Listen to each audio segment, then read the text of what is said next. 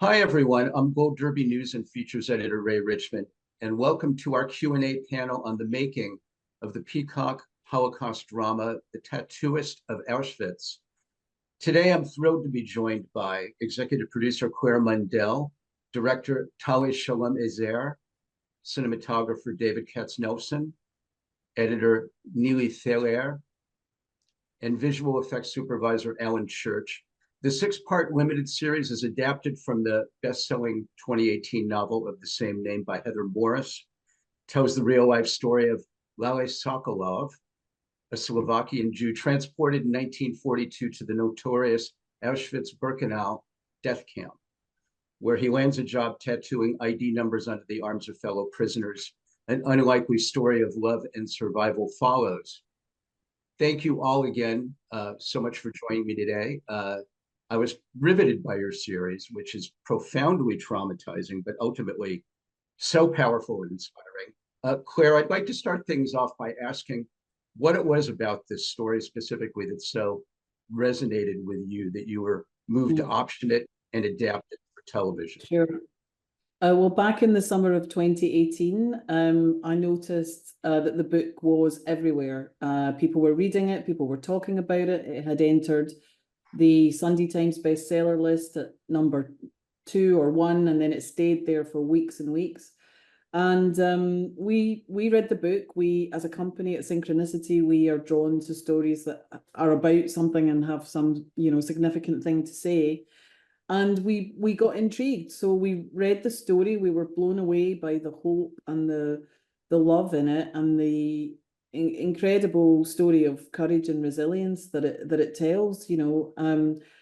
And at the time, I remember that we spoke a lot about whether or not the world needs another Holocaust drama. This is a crowded genre to some degree, but what we felt about Lale and Gita's story was that it was so epic and so inspiring.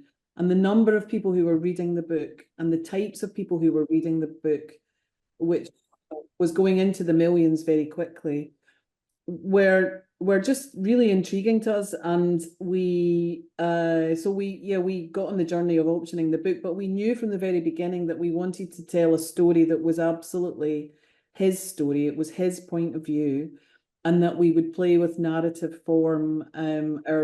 Our fellow exec producer and head writer, Jacqueline Persky, from the very beginning, had the genius plan to frame the story with the story of the telling of the story. And I think that was a real stroke of genius from Jacqueline, and it was one that we got behind and we developed with her, and the network supported as well.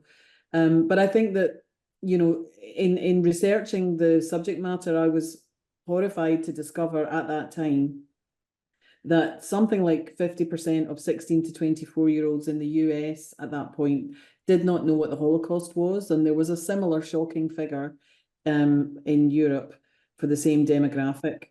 And I just couldn't fathom how that could be, really. So we went on the journey, and it will be 6 years in October since we first found the book. But yeah, we're thrilled and really proud of this wonderful team of creatives and talented individuals that we brought together to make it some years later. It is unfathomable that the Holocaust could be forgotten. I mean, that's the whole battle cry from groups today, is never forget. And here we are forgetting. I appreciate, as you just mentioned, how you present the story on dual tracks in Auschwitz during the war and in present day, as Morris is drawing Lale out. And then we see how the years have dulled his pain. How did the series, Claire, veer from the book? Are there themes that weren't as prominent in the series as in the book?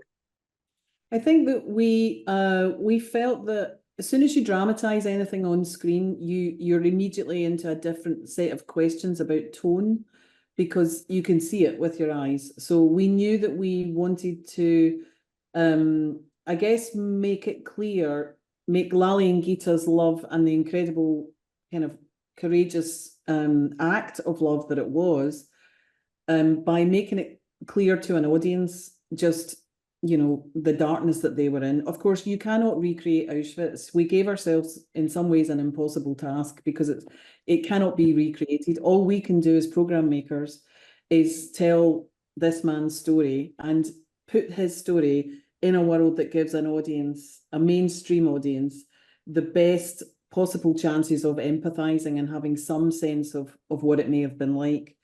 But it was important to us that tonally we could push the darkness a little bit more, because by seeing the darkness, you understand how incredible it is that these two people could find it within themselves to resist the dehumanization.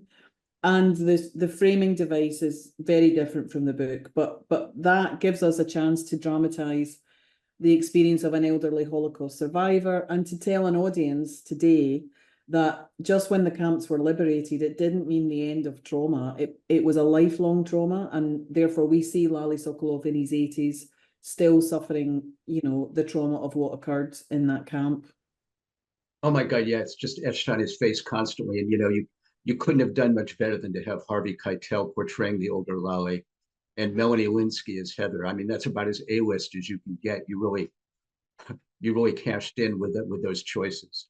I think we were so lucky with our choices. I mean, Harvey is extraordinary. Melanie, Tali has a great thing that she says about Melanie, which is that Melanie, in playing Heather Morris, a woman who spent 3 years listening to Lali, Melanie can convey compassion on her face, can't she, Tali, and just listen. No, absolutely. We were very lucky, I think, in all our casting process, because we really somehow we got our first choice always. For some reason, other people, I mean, it was we're obviously very attracted to this story and always wanted to share it with the world. But the people that we approached were really committed, like immediately. Felt a connection to the story, and they were so committed to tell the story in the best way they can. Yeah, we had 65 actors from across Europe in our cast. It was a huge cast, and obviously we had our top 5: Harvey, Melanie, Anna Proshniak, Jonas Nye, incredible actors, but they were a real collective together. And when you think about what they had to depict and the fact that many of the actors playing Jewish prisoners, you had to shave their hair, you know, had to live in an environment that we had felt for them, you know, to experience this in, which was really hard. It was a very hard place to be, but everybody came to the work with real respect and commitment. And yeah, it was hard, but it was really rewarding. Absolutely. And I think that the fact that we were all isolated in Slovakia, while we were shooting for months, somehow it created an atmosphere that all of us could really focus on the work. And I think that was fruitful. Yeah. Probably as a Jew, you know, I'm sorry to interrupt. I was just going to say, as a Jew myself, I know there have been literally dozens of projects about the Holocaust and many about the horrors of Auschwitz in particular, but I can't remember one quite so harrowing and devastating. I mean, you sugarcoat absolutely nothing here. The cruelty and the suffering are all on vivid display. That was obviously a choice that you made, was that none of this was going to be minimized in any way. And you depict such monstrous acts in the ceaseless, gruesome imagery. How did it feel while you were doing it? I understand you had mental health support on set, and I can see exactly why that was necessary. It was so bleak and difficult and powerful at the same time. You know, when you read testimonies from survivors, and that's what we all did for months and months. So we knew from the get-go that we will never be able to express what actually happened there. Never. We will never be able to express on screen like the real experience of Auschwitz. So we had more like a modest challenge to try to give a sense of Lali's specific story.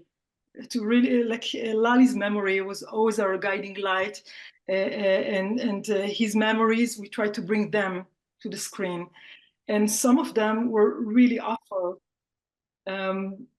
It was hard, you know, as I said before. I think the fact that we were all together there, isolated from our family and friends for so long, I think that it created we really supported each other.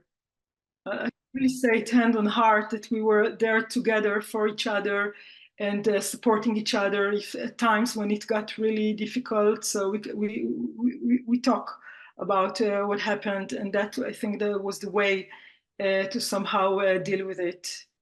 And I think that so many people from the cast and also the crew have a personal connection.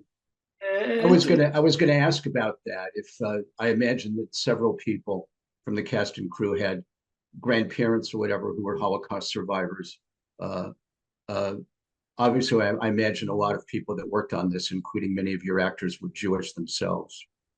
Yes, absolutely. That was a really important, it was an important goal for us to try to make sure that as far as possible, the Jewish characters were played by Jewish actors, and also that within the creative team, in the senior creative team, that we also had members of the Jewish community part of our team, because as Tali says, you know, we discovered as we went through the process that actually many people on our team have direct connections not only to the Holocaust but to Auschwitz. And I mean, I know on this call, Tali and David, for example, Nili, I'm sure you too, you know, like people didn't always necessarily, you know, speak about that because it's very personal, but just the fact that it existed within the team made for a different kind of dynamic, you know.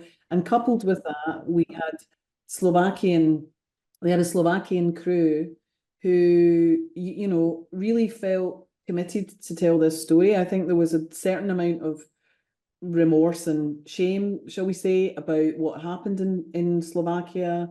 And obviously, you know, that was sort of echoed in many ways by what was going on in other parts of the world at that time, and sadly now as well. But also we had people on the team in Slovakia whose relatives had hidden people at that time and had tried to save people. So it was a real incredible mix. We also had British personnel, Scottish, you know, Israeli, Irish, Danish. I mean, we were like our own little version of the United Nations or something, because, and that mix of energy and the way people communicate and the way people work, it was extraordinary. It's like nothing I've ever experienced before.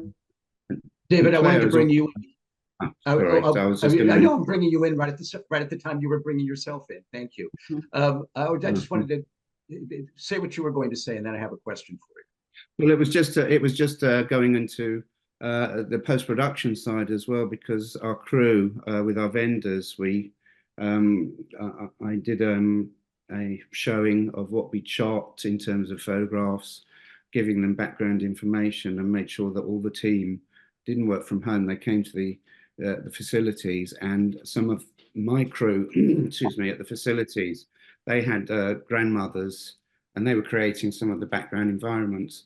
And many times at the end of any of our presentations, they used to come up for a little chat with me. So it was pure emotion on a lot of this, and dedication. But I just wanted to say, with what Claire was saying and Tali was saying, it also went into the post-production side in London as well. Yeah, 100%. David, if you could speak about the experience of filming this in Bratislava. You know, I guess you were in an abandoned sugar factory. A lot of this, from what I hear, how did that give that the necessary look that mirrored Auschwitz for you? Well, I think we'd done so much research beforehand. I think the very first thing we did when I first joined the production was to actually go on a research trip to Auschwitz, where I'd never been before. And again, I've got sort of personal connection with the whole Holocaust. So for me, it's a very, very strong experience. And I think immediately conversations with Stevie, Herbert, the designer, and Alan about VFX, and Tali, of course, Claire. We just tried to build this world and make it as real and believable as possible, because that's, of course, the very important part, that you make the viewer be there in many ways, and so it becomes a very subjective experience of watching this drama and really taking in what it would really have been like. But obviously, when you come to film something, as we all know, it's very hard to recreate certain things. And I think the thing that really blew my mind when we did our research trip to Auschwitz was how big it was. It was absolutely enormous, and it was really sort of industrial scale.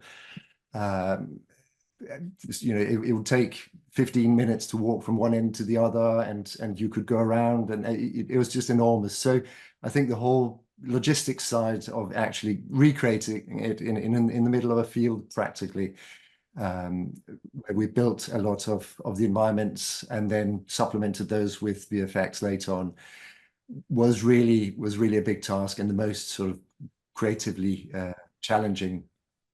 Yeah, I mean, that was extraordinary. I remember all of us standing in a field in about an hour out of Bratislava in the middle of December, and somehow by the middle of February, we were going to have created that set. And, you know, it's that sort of terrifying but also slightly thrilling moment. It's why we all do this, where you have almost set yourself an impossible challenge, but you know that you're surrounded by an incredible team of people and everyone brings their skill set to the problem. Really, you know, if Stevie were on the call, she would, you know, we'd all be applauding her, because what Stevie Herbert, our production designer, and her team did was extraordinary in the timescale. And people really thought out of the box about how do we, you know, because how do we create a world that we can work in, but also is going to serve the story we're telling and will be as authentic as possible, but which is achievable, because television has to be made on budgets, on timescales. You have to make editorial choices, production choices. You don't always get everything that you want. And somehow we turned that field into this, you know, horrific embodiment of that place. And for me, as a producer and an exec producer, those are the moments in any production that give me the greatest sort of thrill. When you've got a huge problem, and on this production, on all productions, it's the same, but the stakes of this production are so high because we're telling a very, well, one-man story, a personal story. He has living family members, but we're also telling a story, and in doing that, trying to honor so many other stories. And it's, you know, a subject matter that we have to keep telling stories about, but we also have limitations. And so trying to walk that line between all of these things, whilst at the same time, you know, enjoying our work and being inspired, not losing things. And yeah, it was the greatest thrill. But we had those moments kind of every hour, didn't we? So much to work. Did you ever peer into your lens there, David, and think, oh my God, it really does look like I'm in the middle of hell? Absolutely. Yes, I think it was by far the toughest shoot I've ever been on. I think there was so much in it, not only from a personal level, but I think just the whole background of the story and so on is just such a profoundly, well, both uplifting in the sense that it's a love story, and love does actually exist, and something good in that sense came out of the camp. But then there's so many other absolutely tragic stories within the camp that it just was a constant reminder.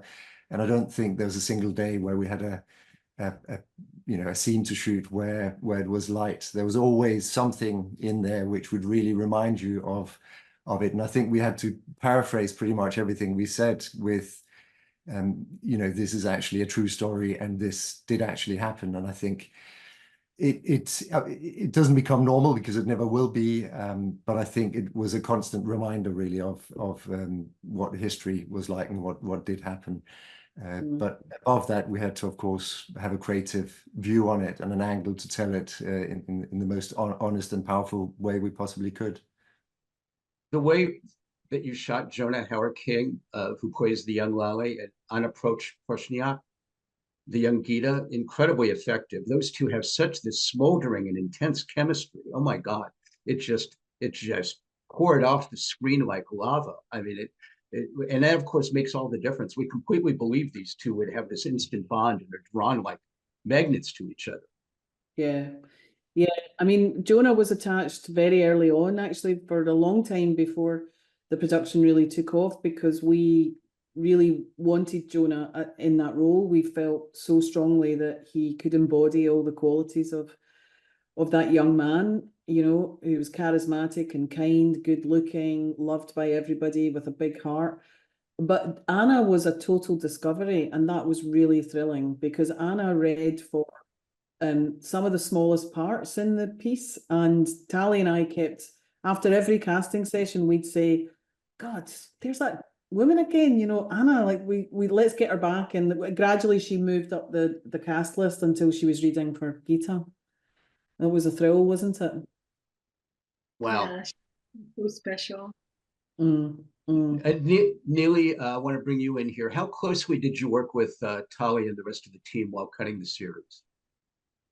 I started to assembling the footage during the shooting.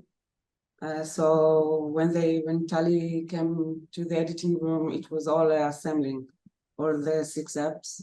And then it started the real work, to find the right pace between the present and the past. How to create his Lali's broken memory in the different stories that he tells for himself and to Melanie. Yeah, and it was really a long and journey, but it was it tricky in post as well to, you have these dual tracks of present day and 1940s that you're having to edit? Was that particularly tricky for you? It was tricky to find really the right amount of how we put Harvey orderly in the past scenes that in one way they will reflect the present and the past each other, and on the other end that still maintain the tension and the narrative continuity. So yeah, we did some tests. I think it took us some while, but it was really exciting to just to put one shot of Harvey Keitel in the middle of a scene past, and then to see how it reflects each other. It was really strong for us. We offlined everything in Tel Aviv with Nili and Tali, and we took 2 British editors, Scottish editors actually, out to Tel Aviv. So we had this whole little Scottish Israeli thing going on, didn't we, for, oh, I don't know, weeks, 3 months? Yeah, like another bubble that we've been in for months. Yeah. But yeah, it was a great process. I think that rigorous, really rigorous, as it should have been, you know. Were you taken on an emotional journey yourself, Nili, while you were watching this in post and having the task of having, were you reliving everything you were feeling on the set while you were doing this? I think I fell in love with Lali and Gita. Of course, they are both, they're really amazing people. And it was really, I was really excited to meet them in London last month. Yeah, they were great, yes, of course. And I really got excited because of the love story in this horrible place. Yeah, but of course in the editing room, you know, it's not on the set, it's something, it's somewhere else. So I don't think that it's not the same like they were while we were shooting. It's like you were in a work camp yourself. Yeah. So I think in the editing room, and I think it's good in every project, that the editing room, it's another place, and it's not connected to the shooting, and it's a bubble. Yeah. Lots of bubbles involved here. Mm-hmm. Alan, I want to bring you back. How did you and your visual effects team recreate the way the real Auschwitz and Birkenau looked? It all looked as you mentioned, or has been mentioned here, incredibly vast. We don't. I never thought. I always thought of Auschwitz as kind of like maybe the size of a schoolyard, not like a mile long or a kilometer long. Well, yeah, it's interesting you say that, because on quite a lot of shows previously, and this is what Claire was saying about the field was so important. In fact, we utilized several fields because we didn't want our sets to be enclosed, and by one way or another, we can't use visual effects for every shot. Now, trees give the field a framing, and that's what we didn't want. There are certain areas, like the crematorium around there and whatever, where there were trees to hide certain atrocities.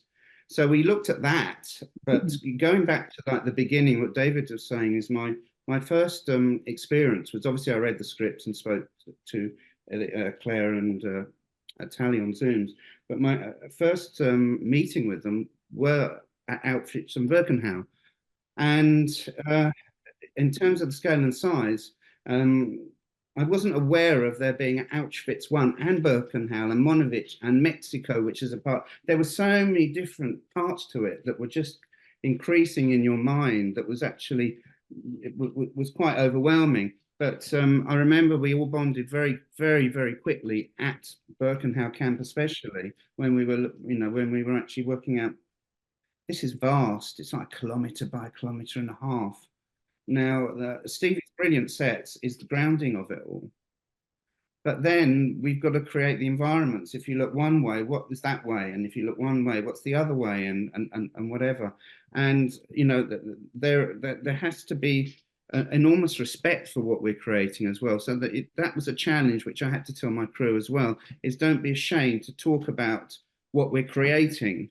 Because I remember in the meetings, and Claire was brilliant, because we have meetings every Monday to talk about everything, every department. And it was, at the beginning, it was rather, people were hesitant and things, me included, about what we were creating, the crematorium, the fire, and reason why the fire was there in the smoke.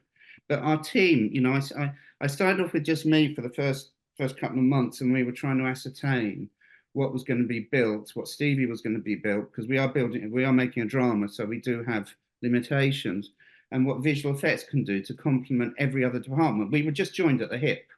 I've never experienced a show where, where Stevie was down one part of the corridor, Tali was down the other, Claire was down as well, and we were just one. And I've never had that in all my years, which made it very special, but it made it very emotional as well. Now, it started off with me, and then Simon Giles, our supervisor, our production supervisor, joined me, and Jacob. And then we started piecing together. Now, it was my job to actually, it became an obsession in a way. For a couple of hours every day, I was fact-finding as much as you can on the internet with Naomi, our historical lady, and finding out bits of information. And this was an ongoing task from the shoot all the way to literally 2 weeks before the end of post-production, finding out as much as possible, because what we wanted to achieve is the scale. I wanted personally for people to be inside the camp, and we're actually walking with steady cams and everything through the camp. And so we had to actually place things in the background, things to the left, to the right, the Birkenau Gate, creating how it was constructed, which I think is a first, going from 1941 to 45. Now, all of that needs a lot of research, so that we see the Birkenau Gate being constructed, the camp being constructed, the crematoria 2 and 3, fire pits before the crematoria was built, and then 4 and 5 in the distance, and a little bit of Mexico, which is the extension camp in the background. All of that was so important to us in all, in visual effects, but also with every department. And then we had to, we took it to the post-production side. So we had to tell the story to all our members, several hundred of them. I'm so impressed with the obsession with authenticity here, which you absolutely did not necessarily have to be as conscious of as you were. And I mean, even when what you're saying, Alan, is even I noticed, I was really looking for the effects while I was watching, and even just the little pieces of ash falling sometimes through the sky, which is a chilling, horrible effect, but necessary. I'm sure that really was something people had to put up with every day in that place. I'm so proud of everyone on this team. When it comes to visual effects, I think the goal was create visual effects that no one can notice because you feel you're in that world. And I think that's exactly what the team achieved. But also, you know, there are parts of this story we could not have told without visual effects. We have several sequences where we have to depict, you know, horribly emaciated people, and clearly, you know, we could not ask our cast to lose that amount of weight. But without the aid of Alan and his team of incredible VFX artists, Alan and Simon, we just wouldn't have been able to tell that part of the story. I think that's also really critical, because some of it you probably can't tell, but some of it is obviously very upsetting, and those are the sequences that we have engaged a sort of form of emaciation as well. I think Yeah, also we had levels of emaciation, didn't we? With going from dehydration to full emaciation. But again, it's going through all the footage, and there's a lot of footage available, but also creating a huge amount of respect for people, and that was key to people that were in the camp. We never went over the top. We played a part of the story, and we were one team, one department that complemented every other department. And I am proud of what's been achieved, even to a point. Just 3 weeks before the end, I found out, and there was these old, obviously black and white photographs. Is the Birkenau gates at the point of liberation had camouflage put over it, and now you can very rarely visibly just about see it on some of the photographs. So we had to research it, and it's there because the Nazis didn't want to destroy that gate because it was symbolic. You know, that's, you know, wow, on all the way to the end. And emaciation was very difficult. You kind of you alluded to this a little bit about, you know, feeling shame, you know, when showing the crematoria and such. For any of you, did you ever find it difficult to behave properly during the shoot? I mean, would you feel any sense of shame if you laughed or experienced a lighthearted moment while you're depicting this kind of misery and death all around, even though it's obviously a fictional movie shoot, you know, a series shoot? Was that ever an issue where you're feeling like, God, I don't want to see anybody showing me experiencing joy as a person? It's a funny question. The one thing that's come to my mind, David, is and you eating while Jonah is fasting. You know, some of our cast were fasting during the shoot. So Jonah, our king, our lead, he was like so hungry because, you know, he used to fast for like 12 hours or so.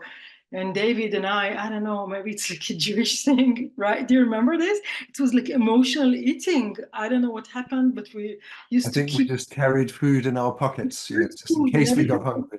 I'm never like this, you know, never. If I see like a production assistant with some sandwiches, I take some to bring to David.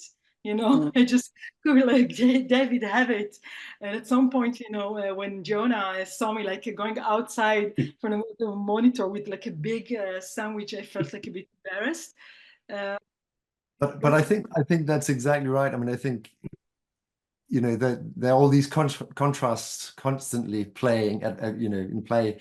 And I think the truth is that when you're dealing with something like this for as long as we did, and I'm in no way comparing that to what it would actually have been to be in Auschwitz, but I think you just have to somehow find light moments as well. You have to find times to smile and times to laugh, although you are in a death camp. And I think probably people would have also, you know, aside from all the horror and terror, there would have been funny moments, I'm sure, and you live with that contrast throughout. But actually, thinking about it just now, I'm thinking that one of the most impressive things in many ways, in which constantly was brought to me, was as a child, I grew up in Denmark, and we had to go on holiday in France every summer, and we had to drive through Germany. And my dad refused to stop in Germany ever on that journey. So we literally had to sit without any wee breaks for 12 hours driving right through, because we couldn't possibly bump into any Germans and speak to them. Because we had to think about the past. But there we were in a concentration camp with, you know, filming it, and had lots of German actors around us, and they were playing parts which were obviously not comfortable for them to play, but yet they did such an amazing job and with such dignity and humbleness, you know. And actually, I think that must have been very tough on them, and they were, you know, the nicest people ever. I feel like you, David. I was finding myself after shooting like some really horrific scenes, especially I remember with T.S. who was playing Dr. Schumann, and also with Jonas who was playing Baretsky. Some of the most violent scene. After I did like the cut, I just felt that I had to come and hug them, because I felt some awkwardness. You know, me as a Jewish person, they're like German, they're like shouting with their German accent or playing like really violent characters. So I had to do it. I had to tell them, hey, I remember that you're an actor, I'm a director, it's not real. I had to remind them, because I felt that I needed to do it for them to feel comfortable being on this set and acting like that. It's inspiring just to hear about the intensity of the feeling on the set too. I mean, so much of that is what you're depicting here, and the message people should take away from watching this, which I think is, you know, people will fight and struggle and claw and scrape to uncover a measure of joy and hope, even in the darkest of times. Yeah, 100%. You know, and what we are trying to give an audience, a mainstream global audience, is that some sense of that question that would have been in everyone's mind was, you know, how will I survive? You know, what would I have done to survive? To try to kind of make that real for people, that when they're not watching a history lesson, they are watching something that is active for them as an experience.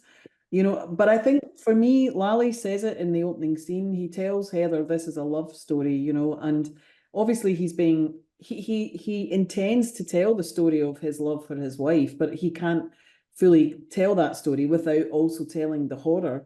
But ultimately, I hope that the message of the whole series for an audience is about love, is about overall that is what the show is trying to say. I believe it's trying to kind of communicate the need for compassion, for humanity, for an understanding that, you know, we're all human beings, and there was genuinely a lot of intensity on the set and a lot of love on the set, and of course, because we're an international group of people and there are lots of lovely places to go and eat and drink in Bratislava, we also at the weekends we had to go out and we had to talk about it, and we did, yeah. And we did, but we also had mental health counselling on hand for anyone, and actually that mental health counselling is available for everyone in the crew and the cast for months after delivery, because I think for many of us, myself included, it doesn't hit until well after the show is delivered, because we're so focused on the work that we sort of put our own emotions to the side, you know, to get the work done. But yeah, I think that's exactly right, and I think also the whole fact of some things that Tali and I discussed a lot to begin with was this whole relationship.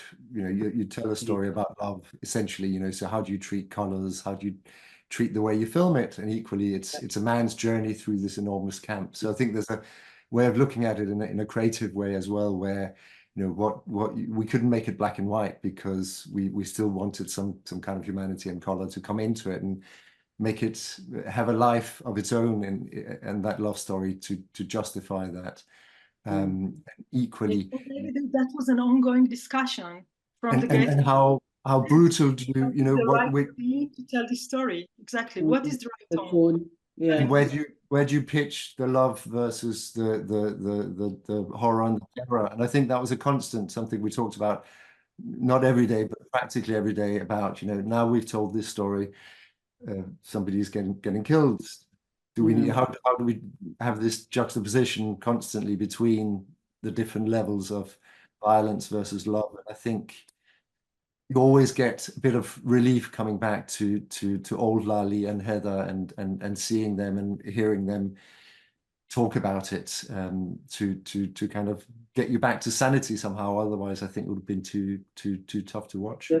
But I think the music and the score, which we must mention, I know we have to wind up, but we've got to tell the story about Hans Zimmer, because to have Hans Zimmer and Cara Talvi compose our score is like, you know, it's beyond your wildest imaginations that you would find yourself on a Zoom call on a Friday night in the middle of shooting and be fully prepared to pitch to Hans Zimmer, Tali and I, but then to discover within 5 minutes that Hans Zimmer was pitching to us because he wanted to do the show so badly. And that has just been a dream, hasn't it, Tali? Wow. And then Barbara Streisand, I've got to get that in. You cut us off. I was gonna say, well, you know, and that's it was incredibly powerful to have that music and just the whole. You struck such an amazing balance between, you know, the love and the devastation, and that was a difficult balance to strike. And you all deserve incredible credit for doing it so beautifully. I think we're going to actually leave things there. All 6 installments of the Tattooist of Auschwitz are available to stream over Peacock. I so appreciate you all joining me today. This has been terrific. Thanks again to Claire Mundell, Tali Shalom-Ezer, David Katznelson, Nili, and Ellen Church. Best of luck to you all and take good care. Thank you very much. Thank you very much. Thank you. Thank you. Bye-bye.